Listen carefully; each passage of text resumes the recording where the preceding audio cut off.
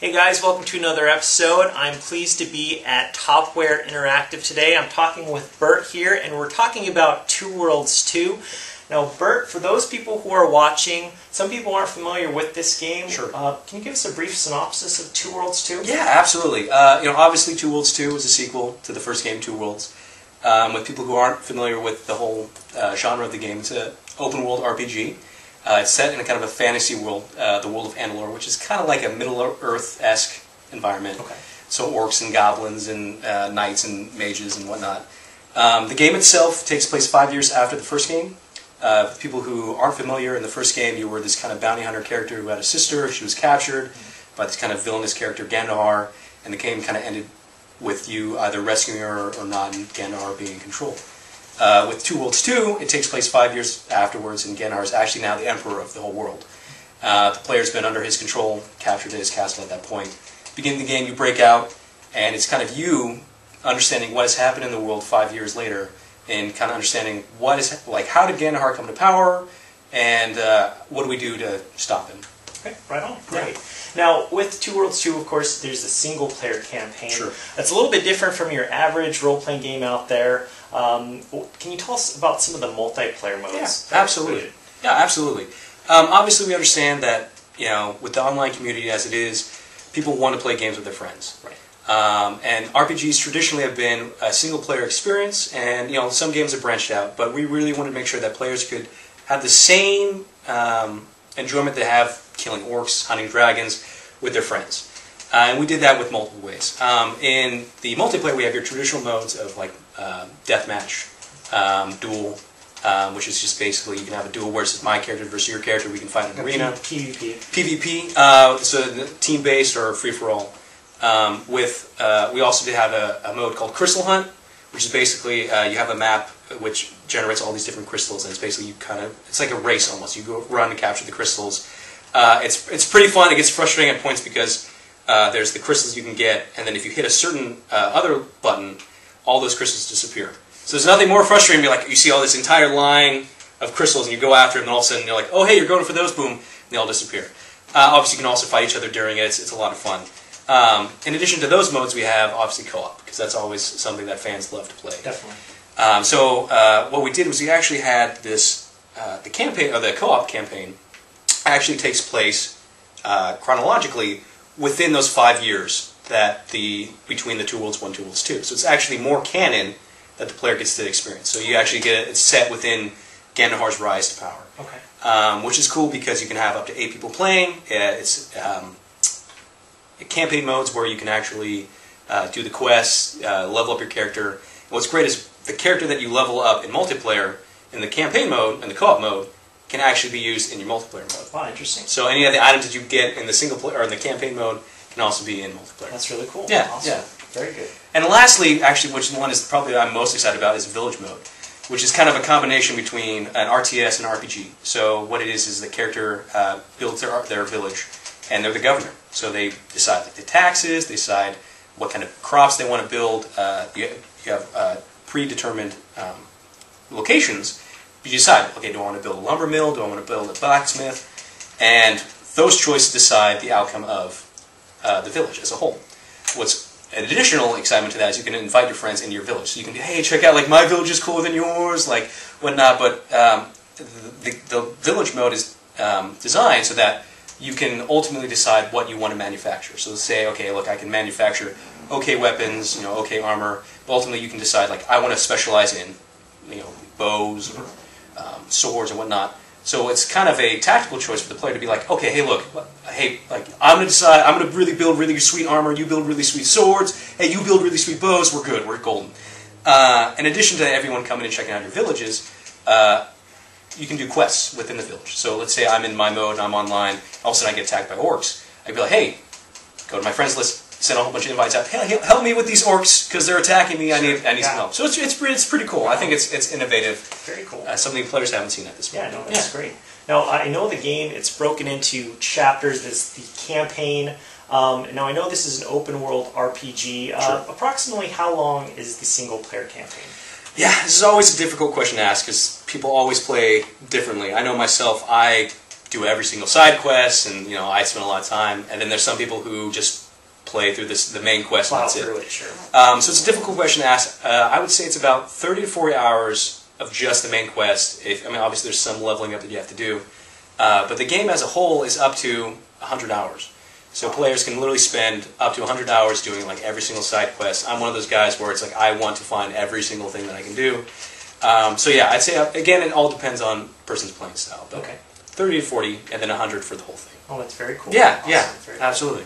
Now, with Two Worlds, actually, Two Worlds sold quite well worldwide. It did. And so you've got a lot of fans. Kind of got mixed reviews, but you got a lot of feedback from gamers. They told you what they liked. They told you what they didn't like. Absolutely. How do you feel Two Worlds has improved upon the first game? Wow. I think graphically, by far, that's the first thing people notice. Well, I noticed the game is visually appealing and definitely has been upgraded from the first one. Yeah. Pretty impressive. The first game, for people who aren't familiar, we started off as a PC-only title, and then we decided to bring to the Xbox. And there were some difficulties when we were doing that when we were just bringing it over with Two Worlds 2. It was a port from the PC. It was a port from the PC. Okay. And we knew that going into Two Worlds 2, we wanted to build every system from the ground up.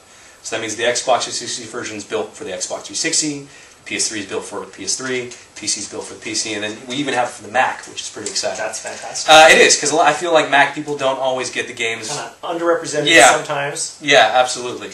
So we use the Grace engine, which is a proprietary engine that we've built, and with it we've been able to do things that we were never possible to do before. So again, visually I'd say it's great. I think two things that I would like to touch on from the first Two Worlds that we improved on is, in the magic system in the first Two Worlds was robust, but it wasn't as great as we wanted it to be. So with Two Worlds 2, what we did was we actually have this, it's actually the most intricate spell system in an RPG. I think we're actually in the Guinness Book of World Records for most spells. Wow. The reason for that is you can actually stack. Before we had like a card-based system. It's still back, so fans have definitely who enjoyed the card system. But you can actually stack and create your own spells. So, for example, I could have a projectile-based spell and I want to throw a fire element on it, and I could add that to a summoning spell and add like a necromancy element to it, which basically creates a spell that I shoot, fires a fireball, and then on impact summons a skeleton warrior. Oh. That's just two spells put together. So the level of detail with the magic casting is quite phenomenal. So we're definitely proud of that. In addition to that, too, one of the great things from Two Worlds that we kind of got a lot of fans like this. You guys did this right. Was weapon stacking. In Two Worlds 1, for people who aren't familiar, one of the problems with RPGs traditionally has been you have inventory full of loot. Right. And it's like, I've got 12 iron swords. Great, what do I do with this, right? And it's either like I'm just going to either I drop it or I go to a merchant and sell it. Yeah, exactly. So with Two Worlds, what we did was you could actually stack similar items on top of each other to boost the stats. It was one of the people like, oh my gosh, like why wasn't this thought before? Like this is amazing. But even then, we we want to take this a step further. And so what we did, we ended up creating the craft system, and the craft system allows players to literally break down any item into its basic elemental parts. So you break down a bow, you get wood, you break down like a sword, you get iron and steel, and you use those parts to upgrade whatever you want.